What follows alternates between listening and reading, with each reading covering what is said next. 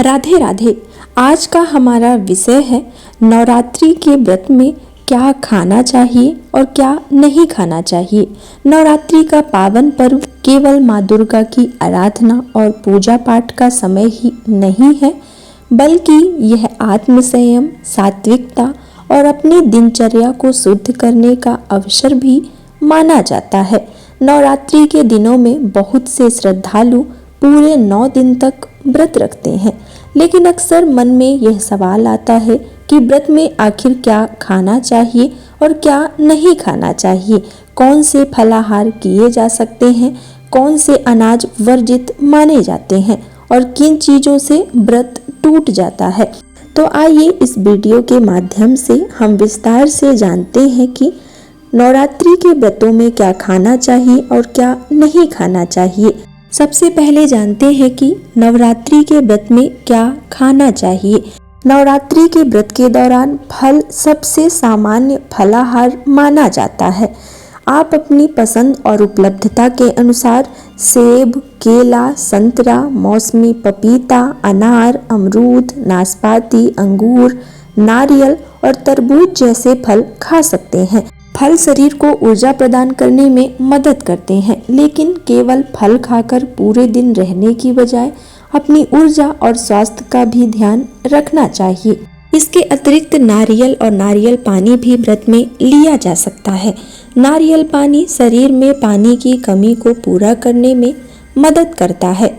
खासकर यदि आप लंबे समय तक कुछ नहीं खा रहे हैं तो पर्याप्त तरल पदार्थ लेना महत्वपूर्ण है। व्रत के दौरान आलू का सेवन भी कई घरों में बड़े ही आराम से किया जाता है। आलू की सब्जी, उबले हुए आलू या हल्के मसालों के साथ आलू को तल के भी खाया जा सकता है। नवरात्रि के व्रत के दौरान बादाम, अखरोट, काजू, किशमिश, मखाना और नारियल आदि लिए जा सकते हैं। इनका सीमित मात्रा में सेवन करना बहुत ही अच्छा रहता है, क्योंकि इनमें बहुत ही ऊर्जा पाई जाती है। इसके अतिरिक्त नवरात्रि में कुट्टू का आटा बहुत लोकप्रिय होता है।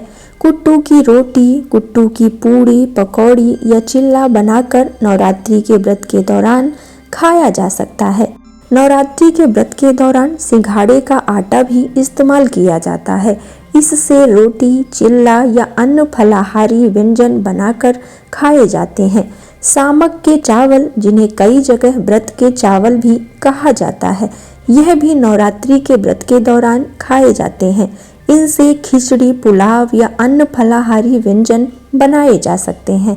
नवरात्रि के व्रतों के दौरान कुछ मसाले भी इस्तेमाल किए जाते हैं, जैसे जीरा, हरी मिर्च, अदरक, काली मिर्च और धनिया का विशेष रूप से उपयोग किया जाता है। नवरात्रि के व्रत के दौरान साबूदाना से बनी खीर, बड़ा खाया जा सकता है। इसके अतिरिक्त मूंगफली का सेवन भी व्रत के दौरान आराम से किया जा सकता है। इसके अतिरिक्त मखाना को हल्का भूनकर दूध में खाया जा सकता है। गुड़ और शहद का भी सेवन किया जा सकता है।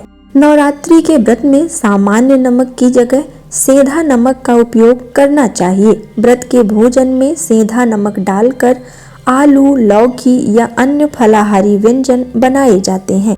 नवरात्रि के व्रत के दौरान शकरकंद भी खाया जाता है। इसे उबालकर या हल्के तरीके से तैयार करके आराम से आप खा सकते हैं। इसके अतिरिक्त दूध, दही, छाछ और पनीर का सेवन भी आराम से किया जा सकता है। दही और छाछ विशेष रूप से हल्के विकल्प हो सकते हैं। अब जानते हैं कि नवरात्रि के व्रत में क्या नहीं खाना चाहिए। नवरात्रि के व्रत में गेहूं या गेहूं से बने पदार्थ का सेवन बिल्कुल नहीं करना चाहिए। गेहूं की रोटी, पूड़ी, पराठा, बिस्किट, ब्रेड, सामान्य आटे से बनी हुई कोई भी खाद्य पदार्थ का सेवन बिल्कुल नहीं करना चाहिए। नवरात्रि के दौरान सामान्य चावल, दालें या फलियां नहीं खाना चाहिए। नवरात्रि के व्रत के दौरान प्याज और लहसुन का सेवन भी बिल्कुल नहीं करना चाहिए। व्रत के दौरान सात्विक भोजन का ही सेवन किया जाता है। इसके अतिरिक्त सामान्य नमक का सेवन नहीं करना चाहिए। इसकी जगह सेंधा नमक का इस्तेमाल किया जाना चाहिए। नवरात्रि हिंदू धर्म का एक प्रमुख और पवित्र पर्व है। नवरात्रि का अर्थ नवरातों से है। इन 9 दिनों में माँ दुर्गा के 9 स्वरूपों नवदुर्गा की पूजा आराधना की जाती है। नवरात्रि के दौरान कलश स्थापना की जाती है। माँ दुर्गा की पूजा और आरती की जाती है। सनातन परंपरा में नवरात्रि को माँ दुर्गा की उपासना का विशेष पर्व माना जाता है। इन दिनों भक्त माँ के अलग अलग स्वरूपों की पूजा करते हैं और अपनी श्रद्धा के अनुसार व्रत या उपवास रखते हैं। उपवास का उद्देश्य केवल भोजन छोड़ना नहीं माना जाता, बल्कि इसका संबंध सात्विक भोजन, मन की शुद्धता और ईश्वर की आराधना से भी जोड़ा जाता है। इसी कारण व्रत के दौरान सामान्य दिनों में खाए जाने वाले कई खाद्य पदार्थ छोड़कर फलाहार या सात्विक आहार खाया जाता है।